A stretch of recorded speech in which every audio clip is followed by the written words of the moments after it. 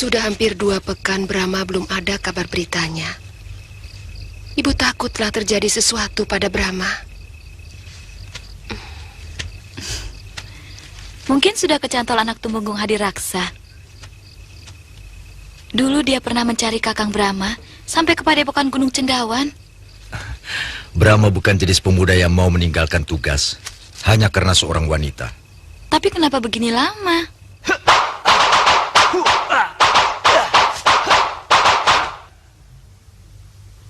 Bagus. Sempurna sekali kau melakukan gerakan-gerakan itu. Dasar goblok. Itu artinya kau sudah ditipu oleh Silodra. Hah? Hanya 5 jurus yang benar. Selebihnya ngaco. Lodra! Kubunuh kau!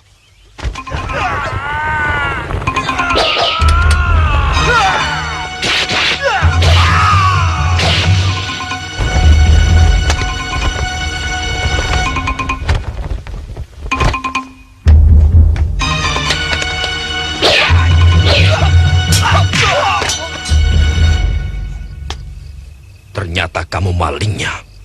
Kanjeng Senopati keliru. Saya datang dengan maksud baik. Bagus. Berikan pusaka itu padaku. Saya akan mengembalikannya langsung pada Pangeran Damar Kencana. Kau benar-benar tidak menghargai aku. Aku bisa menuduhmu sebagai pencuri. Silakan Kanjeng Senopati menuduh saya sebagai pencurinya. Dan saya tetap akan menyerahkan pusaka ini pada Pangeran Damar Kencana. Bajingan!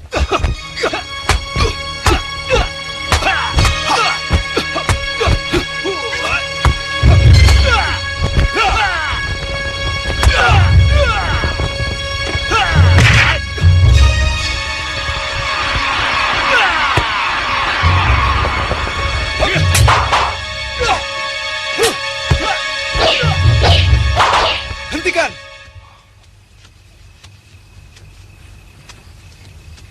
Siapa kamu? Hamba Brahma Kumbara. Hamba mau mengembalikan pedang kembar yang dicuri orang langsung pada Gusti Pangeran. Maaf, Pangeran. Mungkin dia sendiri yang mencuri. Kemudian sengaja mengembalikannya kepada Pangeran, supaya dia tidak dianggap sebagai pemberontak. Ini taktik yang sangat berbahaya, Pangeran. Paman Senopati, aku melihat sendiri orang yang mencuri pedang pusaka ini. Bukan dia, kata Kili.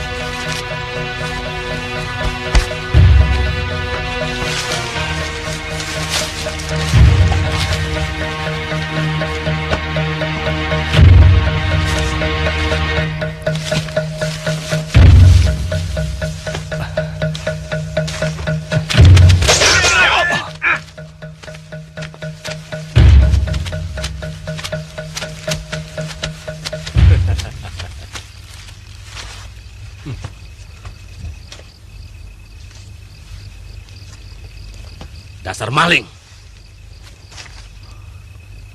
Sekarang kau tidak akan bisa lolos lagi dari hukum. Seret dia naik. Dan gantung seperti mata-mata Madangkara yang lain.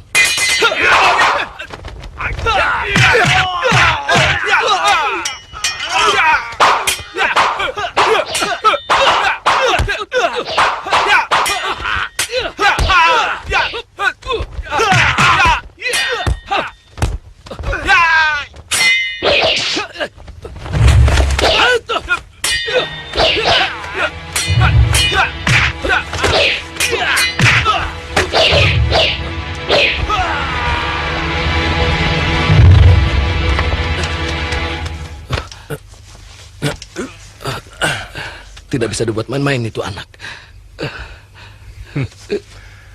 Kebetulan saja saya lagi apes. Apes apa? Dasar kamu goblok.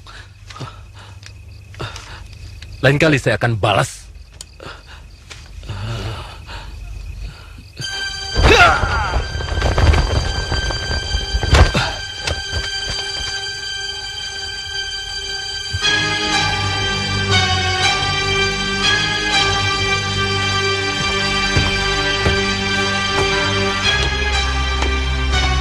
Paman Wasra.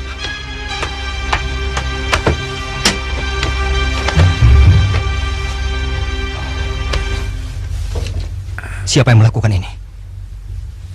Anak Senopati Kebom Undarang dan Jayaraga.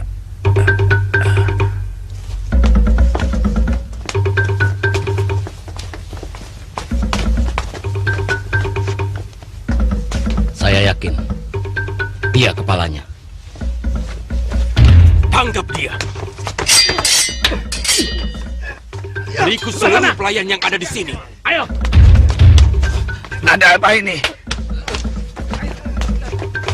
Aduh, Pak. Tumenggung. Apa salah saya? Bawa dia ke rumahku.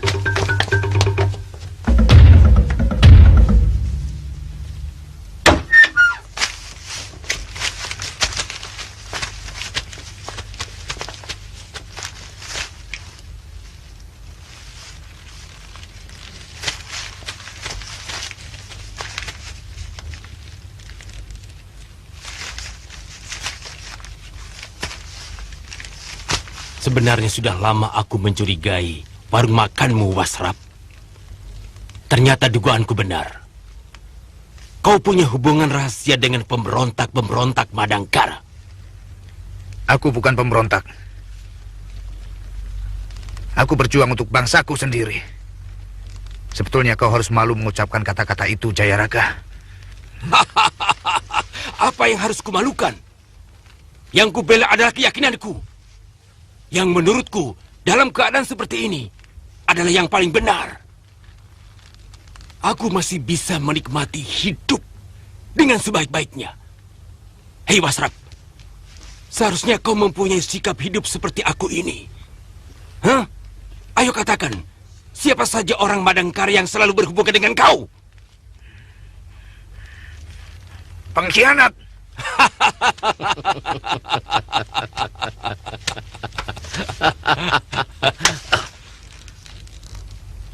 Lebih baik kau katakan saja, Wasrap. Kau akan sia-sia menutupi rahasia yang sebenarnya dengan gampang bisa aku buka. Hukumanmu akan ringan kalau kamu mau bekerja sama. Kita kan sama-sama orang Madangkara. Siapa pemuda yang selalu berada di rumahmu? Dan apa yang mau dilakukannya?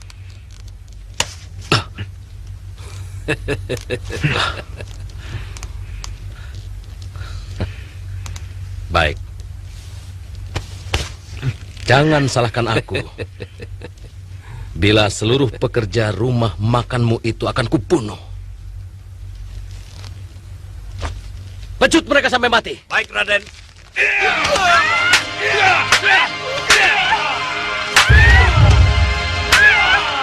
Tingkatmu seperti bukan ksatria.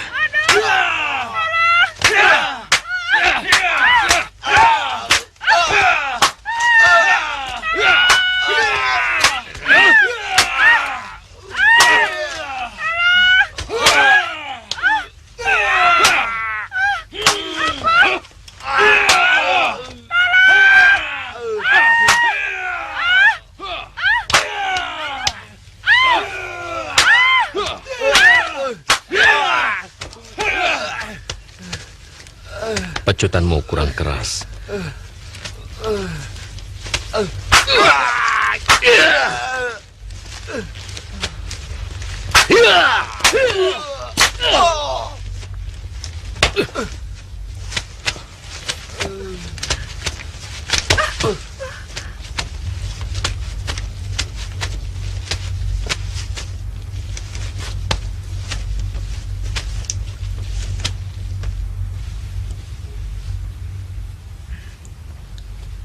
Masih belum mau bicara?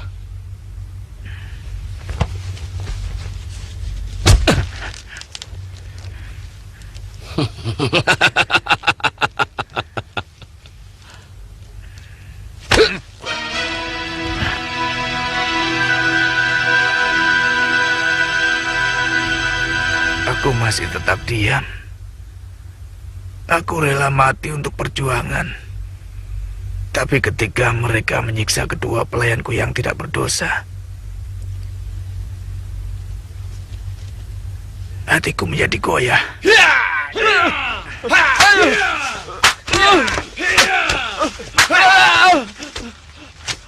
Kanjeng Temenggung, apa salah saya?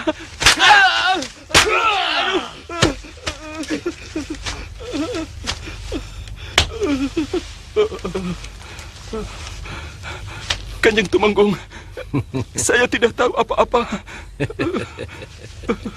Kau memang tidak bersalah. Kalian juga semua tidak bersalah. Kalian semua disiksa hanya karena kesalahan dia. Karena dia telah berani menyembunyikan pemberontak-pemberontak Padangkara di rumahnya. Kalian semua akan dibunuh hanya untuk kesalahan dia, termasuk kamu. Pecut dia! Wasrap, katakan pada Kanjeng Tumenggung, kau akan terkutuk kalau kami semua mati. Aduh! Aduh! Aduh!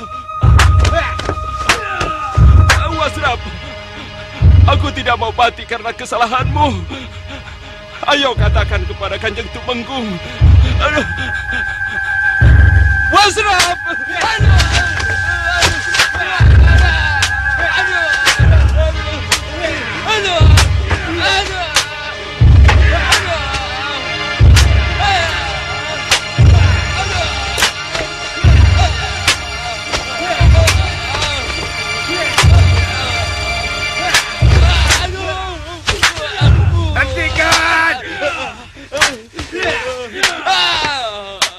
Hentikan Kanjeng Tumenggung.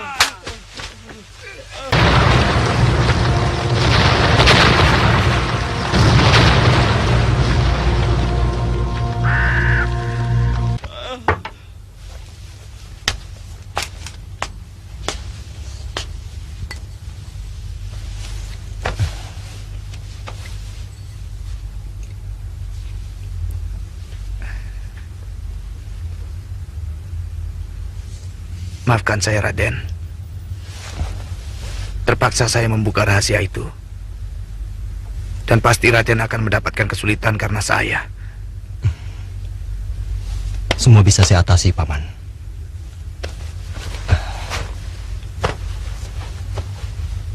Modal perjuangan kita ada di dalam sini.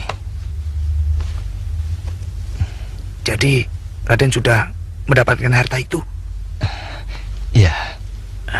Syukurlah. Tapi bagaimana Paman bisa melepaskan diri? Dewata Agung Maha Pengasih, Raden.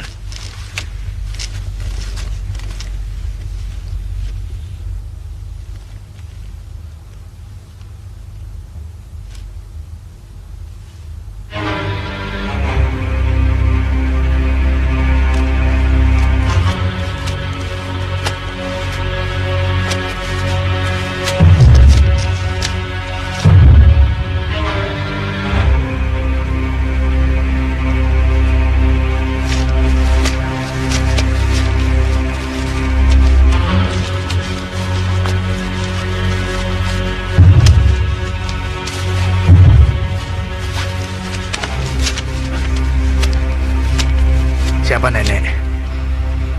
Aku juga orang Madangkara. Sama seperti kamu.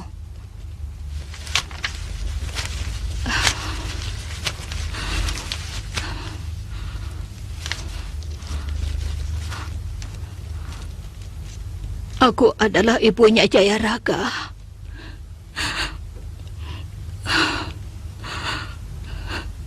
Aku malu punya anak seperti itu.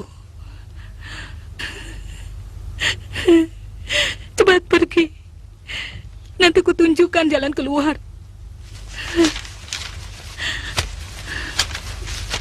Sebaiknya Raden segera meninggalkan tempat ini. Pasti mereka akan mengobrak-abrik rumah ini. Ya, kita harus pergi, Paman. Biarkan Paman di sini. Jangan sampai Raden terlambat. Tidak, kita harus pergi sama-sama.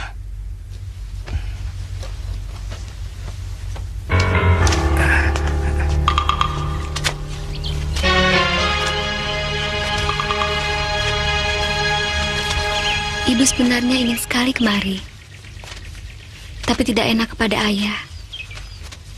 Meskipun sebenarnya ayahanda tidak apa-apa. Ya, barangkali Kanda Gayatri merasa tidak enak pada orang-orang Madangkara di sini. Sebab dengan menjadi istri pembesar Kuntala, orang tetap akan menuduh dia pengkhianat. Bibi dan Paman juga menuduh ibu pengkhianat. Saya kenal sekali, Kanda Gayatri pasti tidak akan berkhianat. Meskipun keadaannya sekarang menjadi sulit membantu perjuangan Madangkara.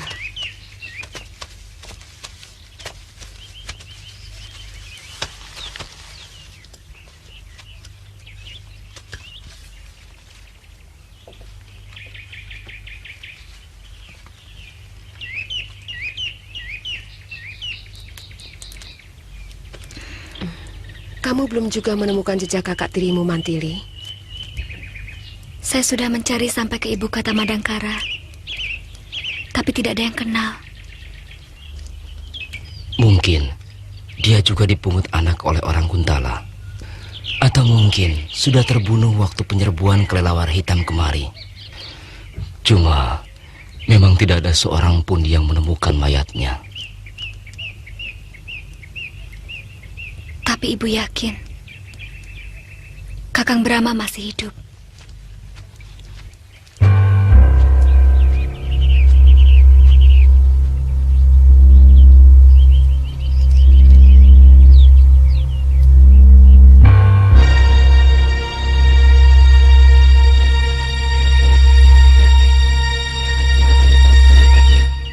Siapa dia, Paman?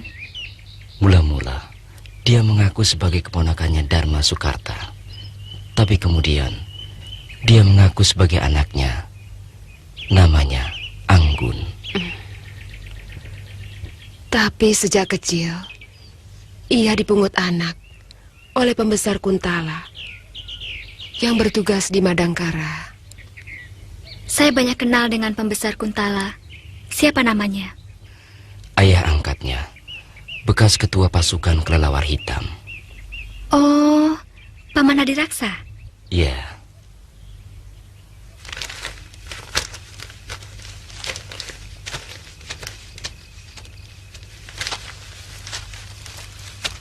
Dari mana Paman tahu bahwa Putri Tumenggung Hadiraksa itu menjadi biksuni?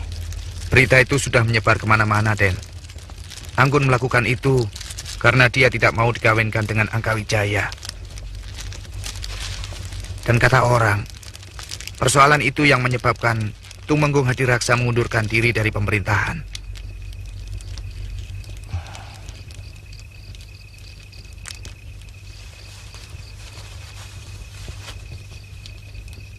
Lalu dia tinggal di mana sekarang?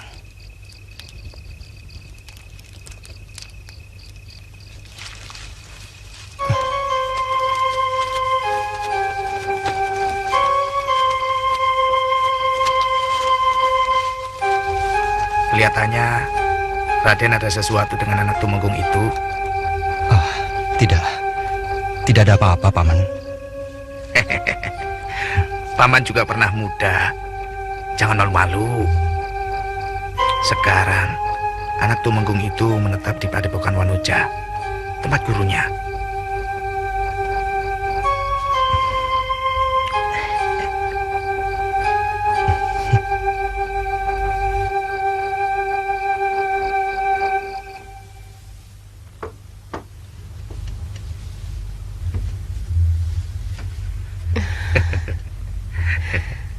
Masih utuh?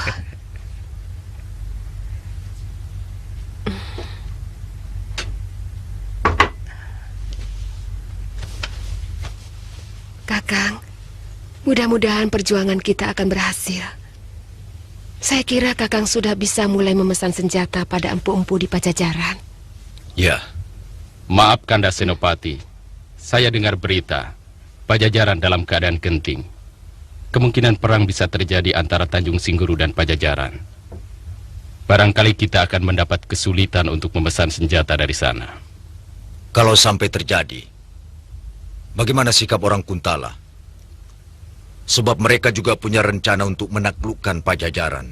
Kemungkinan mereka akan membantu Tanjung Singguru. Sebab Prabu Malyapati itu sahabat dekat Sang Prabu Kuntala. Persoalan apa lagi yang menyebabkan mereka berseteru? Sebab yang saya tahu, kedua kerajaan itu dulu bersahabat. Persoalannya, lamaran Prabu Malyapati untuk menjodohkan putranya dengan Putri Lenggang Pakuan ditolak Sang Prabu. Lenggang Pakuan? Bukankah dia Putri Patih Gerbamenak? Oh ya, saya lupa menceritakan bahwa Sang Prabu Dewa Niskala telah mengundurkan diri dan menunjuk Patih Gerbamenak sebagai gantinya sambil menunggu Pangeran Purana yang sedang menuntut ilmu di Sebedang Larang. Kita punya kewajiban untuk membantu Pajajaran. Karena Pangeran Purana adalah teman seperguruanku. Dan juga Brahma. Saya siap untuk melakukan tugas, Paman. Ya, itulah yang sedang kupikirkan. Aku ingin kepentingan Madangkara tetap jalan. Tapi juga kita bisa membantu Pajajaran. Bagaimana kalau Kalamenda dan Gotawa yang memesan senjata? Kami siap, Kakang Senopati. Kamasuta, Brahma, kalian aku tugaskan untuk membantu Pajajaran. Tapi lebih baik, kalian temui dulu Eyang Astagina. Siaga, Paman. Saya juga bersedia ditugaskan membantu Kakang Brahma, Ayah. Jangan, Lasmini. Kau masih harus menunggu gurumu dari Gunung Galunggung. Sementara itu, kau bisa membantu Kakang Lesmana melatih pemuda sini.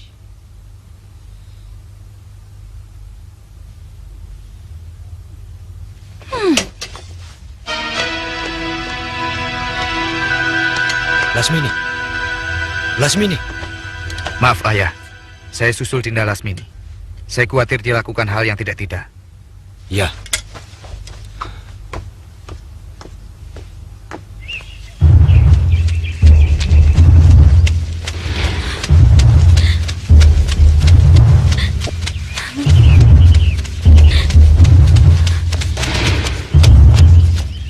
Lasmini!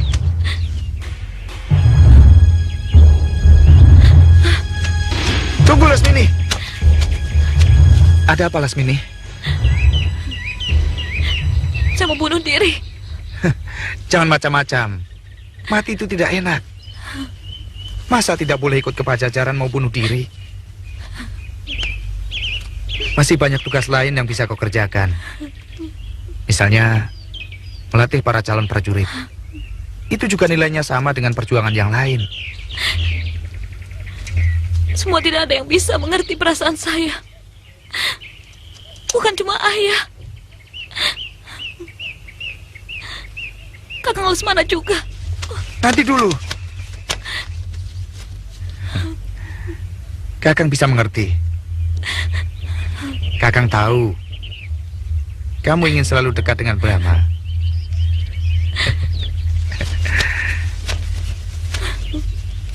Tapi buat apa? Kakang perhatikan, Brahma tidak menaruh hati sama kamu. Itu kan sekarang. Dulu dia suka sama saya.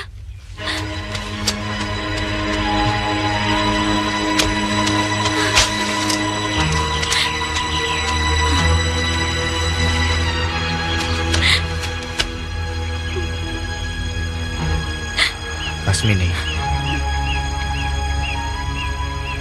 coba ceritakan kejadian yang sebenarnya.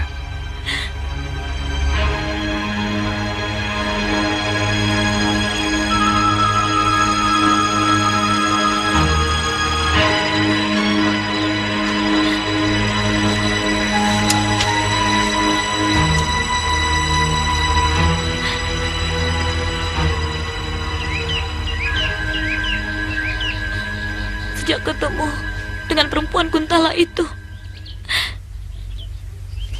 Kakang Brahma jadi berubah.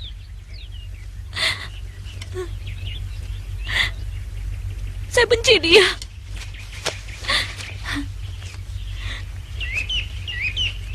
Saya merasa dipermainkan. Dulu dia memberikan harapan,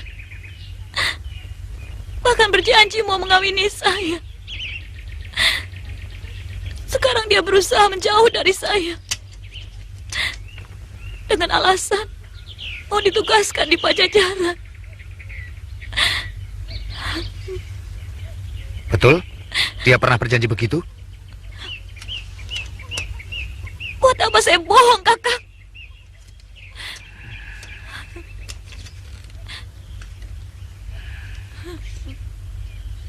Dia harus dikasih pelajaran.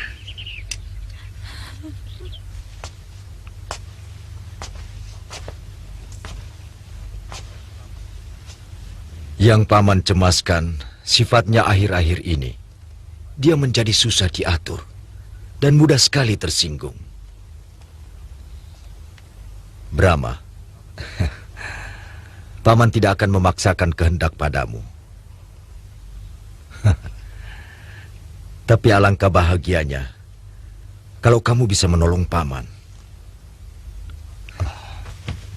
Ampun, Paman. Apakah baik sebuah perkawinan tanpa dilandasi rasa cinta? Saya khawatir nanti saya akan berlaku tidak jujur pada Dinda Lasmini. Ya, Paman bisa mengerti. Atau barangkali Lasmini tidak cantik. Sangat cantik, Paman. Bahkan lebih cantik dari Anggun. Sayangnya, saya sudah terlanjur jatuh cinta pada Putri Hadiraksa, Paman.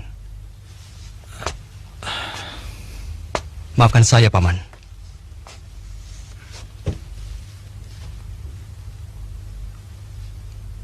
Tidak apa-apa. Itu hakmu. Semua orang berhak mendapatkan yang dia cintai.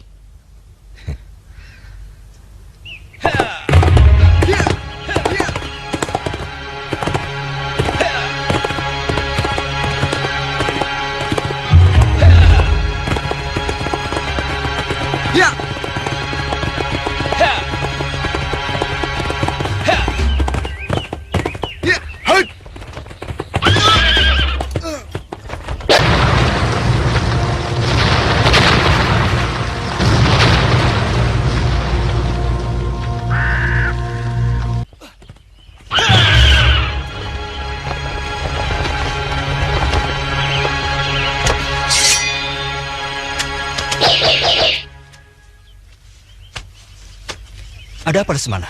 Aku tidak terima. Kau telah mempermainkan adikku. Maaf, aku kurang mengerti maksudmu. Kau telah melukai hati Lasmini. Kau berjanji mau mengawini dia. Tapi sekarang, seenaknya kamu tinggalkan. Aku tidak bisa terima sikapmu. Sabar. Semuanya sudah kujelaskan pada ayahmu. Dan sumpah, aku tidak pernah berjanji apa-apa pada Lasmini.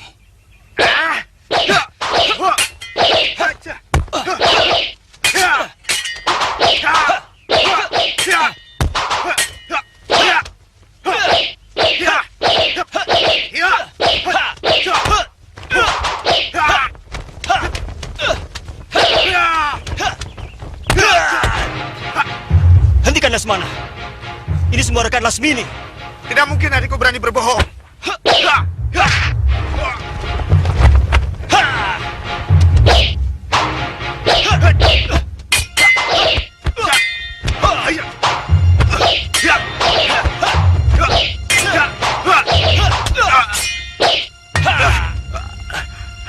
Hentikan.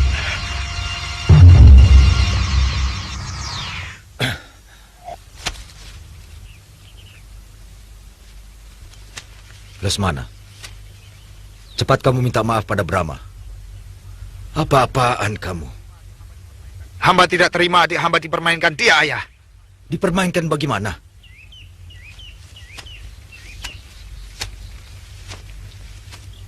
Aku lebih tahu tentang hubungan mereka daripada kamu. Maaf, Ayah. Menurut Dinda Lasmini, Brahma pernah berjanji mau mengawininya. Dia bohong. Mana anak itu? Saya tidak tahu, Paman. Bikin malu.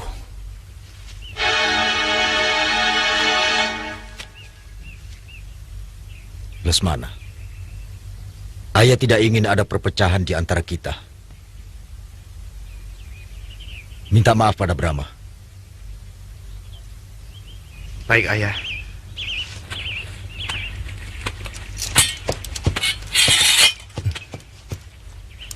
Maafkan kecerobohan saya, Kakang Brahma.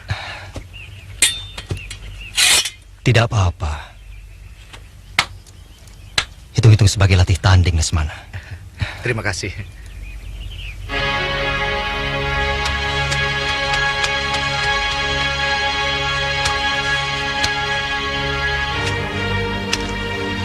Lasmini!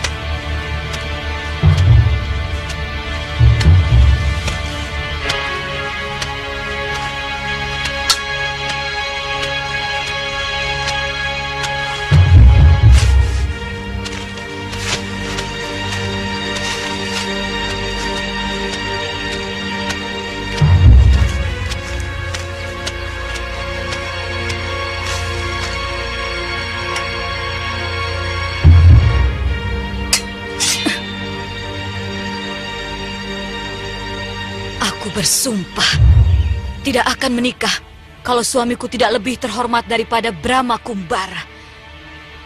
Hiat! Hiat! Hiat! Hiat!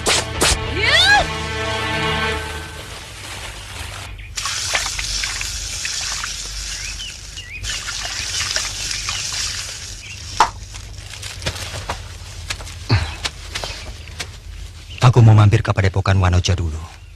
Kau tidak keberatan, Kamasuta? Sama sekali tidak, Kanda. Setahu saya, Padepokan Wanoja adalah tempat perguruan Buddha untuk kaum wanita. Ada apa, Kanda? Ini sangat pribadi. Tapi lebih baik menyelesaikannya. Supaya tidak mengganggu tugas. Jadi, masih rahasia? Saya tetap menemani Kanda.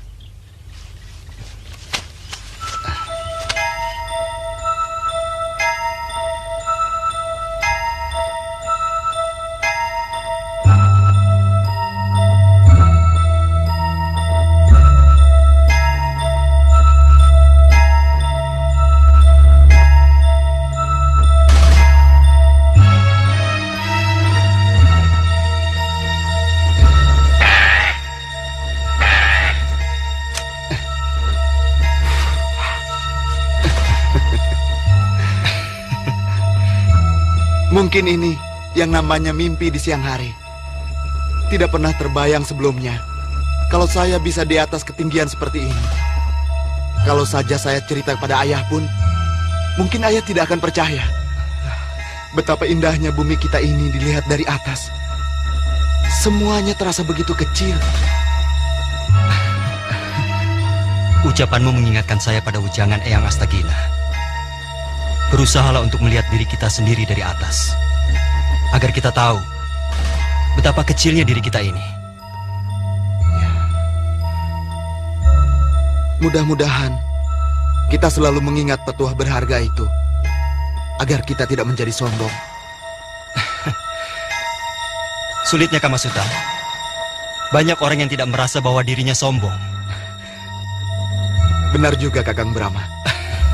Ayo Paman Raja Wali, kita naik lebih tinggi lagi.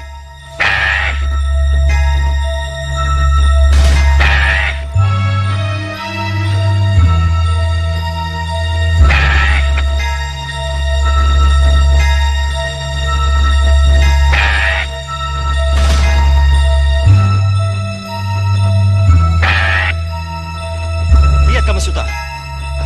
Apa itu, Kakang? Itu anak sungai pecahan dari Sungai Alas yang menuju ke Padepokan Wanoja.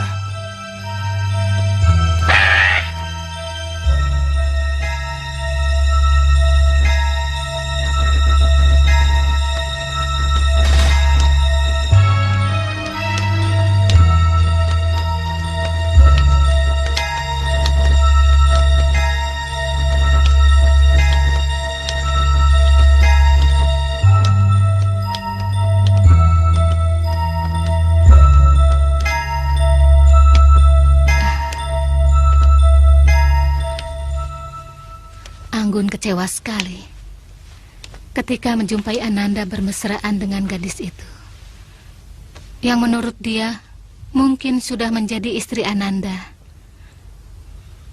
Mula-mula dia bersikeras mau menjadi seorang biksuni dan memaksa mau tinggal di sini.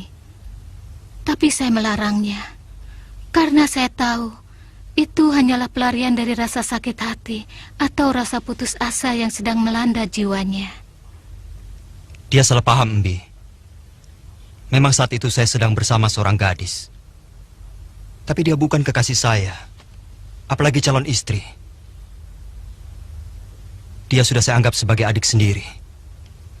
Dia anak kakak seperguruan saya, Embi. Menurut Anggun, dia pernah melihat Ananda berjalan sambil berpelukan. Benarkah itu? Kami tidak berpelukan, Embi. Saya hanya membimbingnya karena kaki gadis itu terkilir. Saya berani bersumpah demi yang menciptakan langit dan bumi bahwa saya tidak ada apa-apa dengan gadis itu. Mungkin saja dia mencintai saya, tapi saya tidak. Ananda harus segera menemuinya. Saya khawatir dia akan melakukan tindakan yang kurang terpuji. Pikirannya masih goyah. Saya dengar keluarganya sudah pindah ke ibu kota Kuntala, Embi. Apa ia mengatakan sesuatu waktu ia mau pergi dari sini, Embi? Oh iya, minumlah. Dia bilang dia mau mencari kuburan ayah kandungnya sebelum dia pulang ke Madangkara. Ayah kandungnya? Iya. Anggun sebenarnya cuma anak angkat Tumenggung Hadiraksa.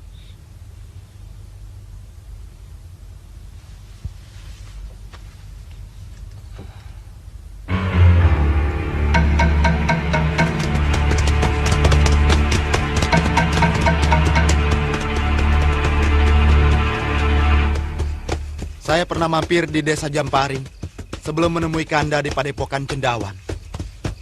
Desanya cukup makmur, tapi mereka tidak bersahabat. Sepertinya mereka curiga pada orang asing yang datang ke sana. Saya kira wajar mereka bersikap seperti itu.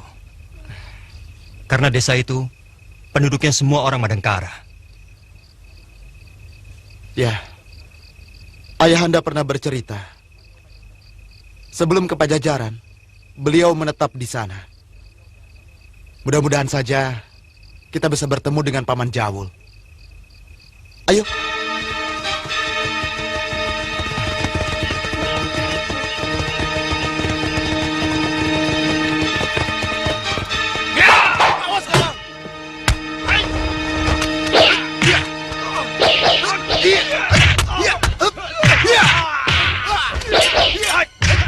Yeah!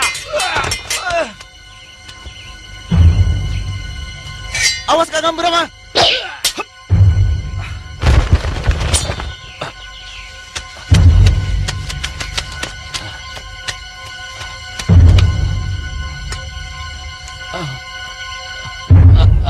Dan Kamasuta.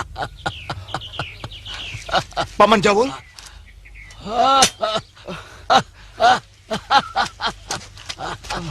Ten. Maafkan kami, Ten. Kekejaman orang Kuntala sangat membekas di hati kami. Mereka ini penduduk asli Madangkara. Jadi, setiap ada orang asing, mereka menganggap orang Kuntala. Mari ke gubuk Paman.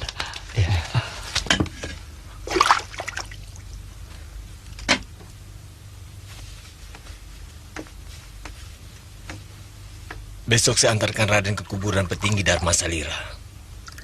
Saya memang sudah mendengar bahwa Raden berhasil diselamatkan Gusti Senopati Aragani.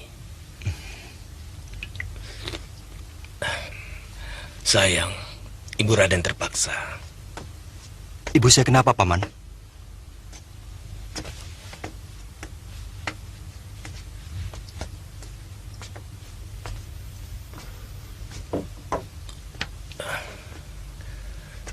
Paman yakin semua yang dilakukan Gusti Dewi karena terpaksa. Langsung saja pada persoalannya, Paman. Ibu Raden menikah lagi dengan bangsawan tinggi Kuntala.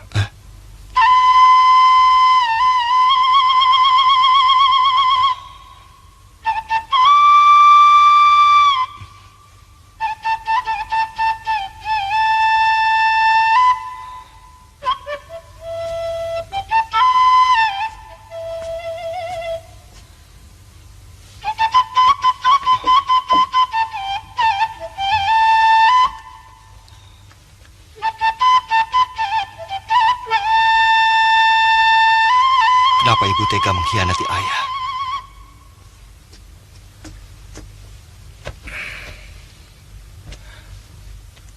Maaf, Raden.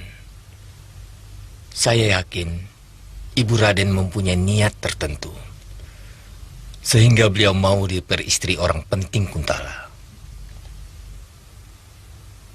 Tidak usah menghibur saya, Paman. Beliau itu yang menyelamatkan jiwa Ibu Raden waktu jatuh ke jurang. Siapa namanya, Paman? Namanya Ardalepa, seorang mantri Demung Kanuruhan. Numpang tanya, Paman.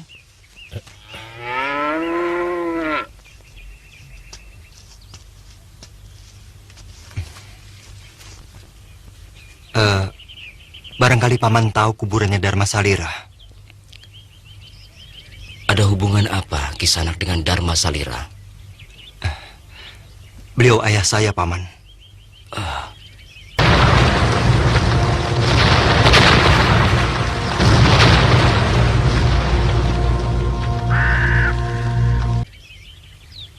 Siapa namamu, Raden?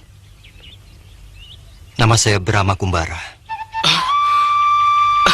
Aduh, betapa gembiranya kalau ibu tahu bahwa Raden sudah sebesar ini.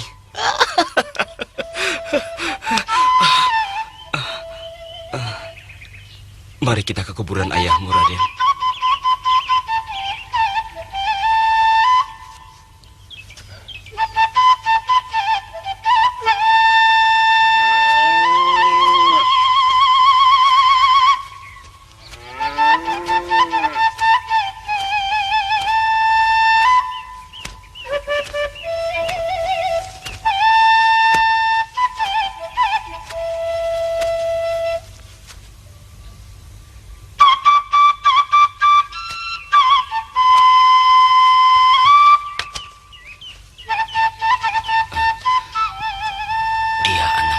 Salira, Brahma Kumbara.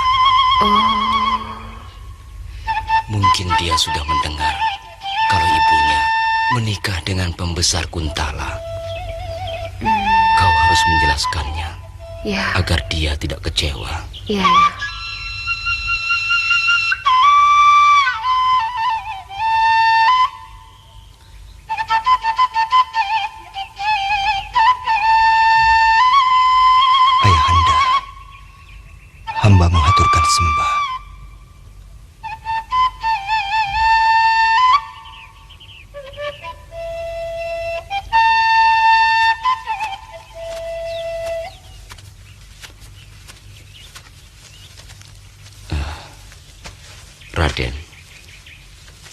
istri paman, namanya Biatun. Dulu waktu Raden kecil, Bibi sering mengasuhmu.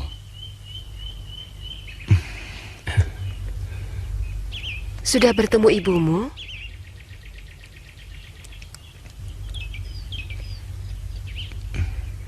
Tentu Kanda Gayatri bahagia sekali bila bisa bertemu dengan Raden.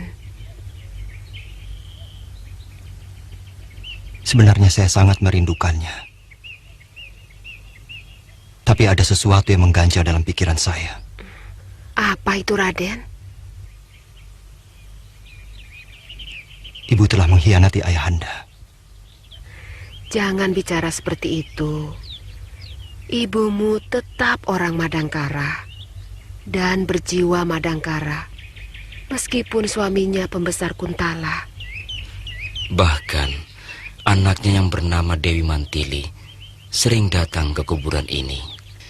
Malah pernah dia disuruh mencari Raden sampai ke ibu kota Madangkara. Apakah suami ibu saya yang sekarang tahu bahwa ibu bekas istri seorang petinggi Madangkara? Ya, tentu, Raden. Bahkan ibumu diperbolehkan menyambangi kuburan suaminya. Jadi, kalau menurut paman, sebaiknya Raden menemui ibu Raden ke Kuntala. Apa mungkin?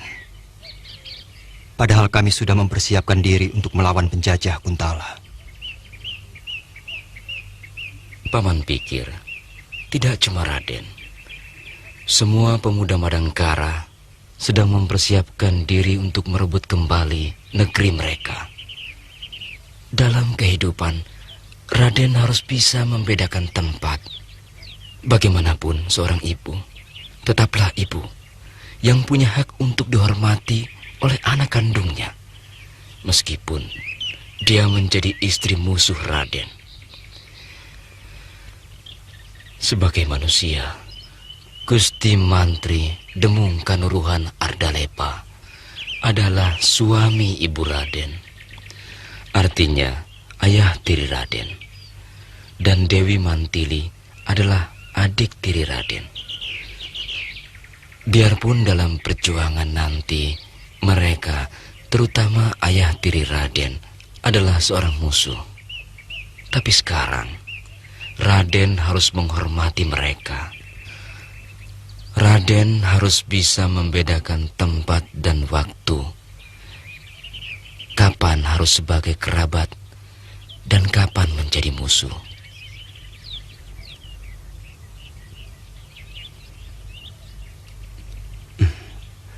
Mudah-mudahan saya dapat melakukannya, Paman.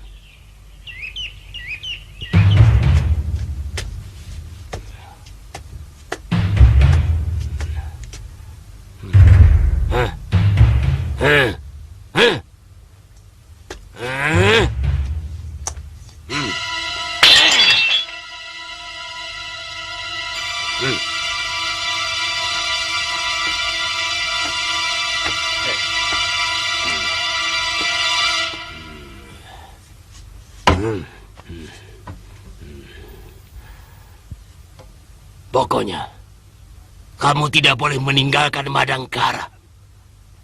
Habis perkara. Saya sudah muak hidup dengan cara palsu seperti ini. Mulut saya capek. Setiap kali harus tersenyum. Padahal, saya mestinya bisa memaki orang seenak perut.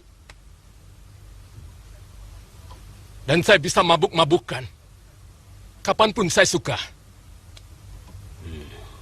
Buat apa uang banyak kalau kebebasan kita berdua tergadai? Mau jadi apa kamu? Mau jadi maling seperti dulu? Digebukin orang sekampung?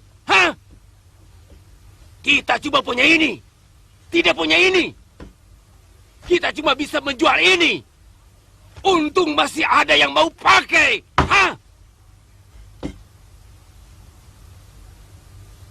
Nah, ambil minumannya cepat. Ayo.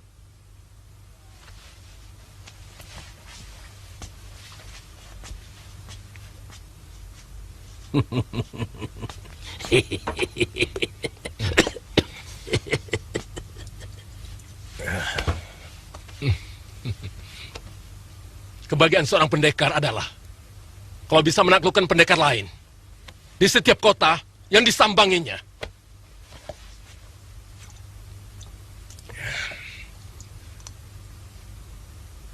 Dan itu belum pernah kita lakukan. Kalaupun pernah, kita belum pernah menang. Hei, jangan menyindir. Waktu itu aku kalah karena aku terlalu menganggap enteng lawan. Aku tidak menyangka kalau si Brahma mempunyai ilmu begitu tinggi. Bahkan melebihi si Aragani. Sudahlah. Saya sudah capek. Sudah bosan. Dan saya sudah muak. Sekarang saya mau pergi. Tunggu dulu. Kamu tidak boleh pergi kemana-mana. Kamu harus tetap di sini. Hah? Nanti sulingmu aku ganti dengan yang lebih sakti. Kamu tahu, suling ini terbuat dari tulang kaki burung merak raja yang ada di hutan Belambangan. Prabu Menak Jingga pun pernah mengadakan sayembara untuk menangkapnya. Tapi guruku lebih cepat daripada pendekar-pendekar Belambangan. Perempuan manapun akan menyembah-nyembah, minta dilus-elus kalau mendengar suaranya. Kalau aku mau, Dewi Kandis istri Pangeran Damar Kencana bisa kubuat tergila-gila.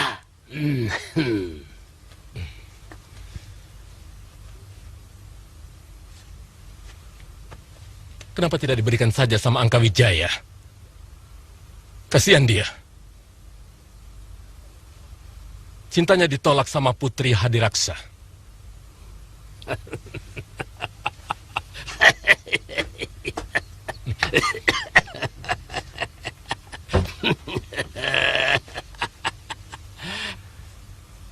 Aku tidak suka anak itu. Sombong.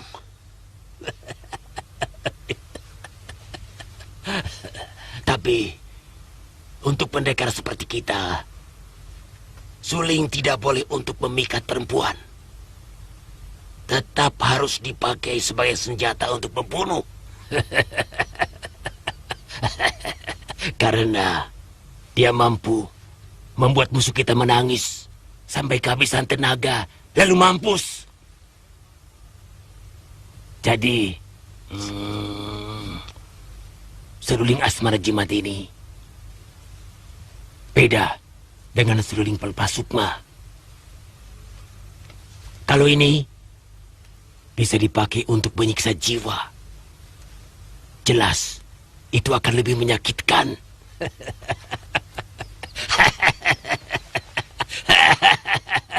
Kamu mau? Tentu saya mau.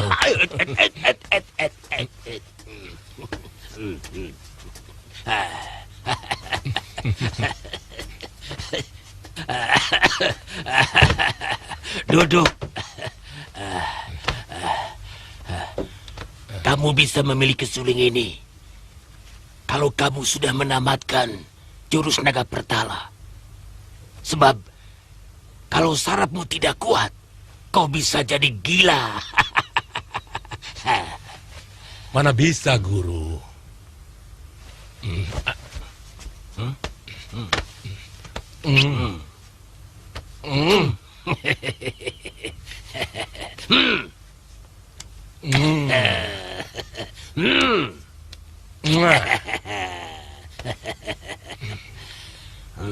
Di tempat ramai seperti ini, saya tidak bisa berlatih dengan baik.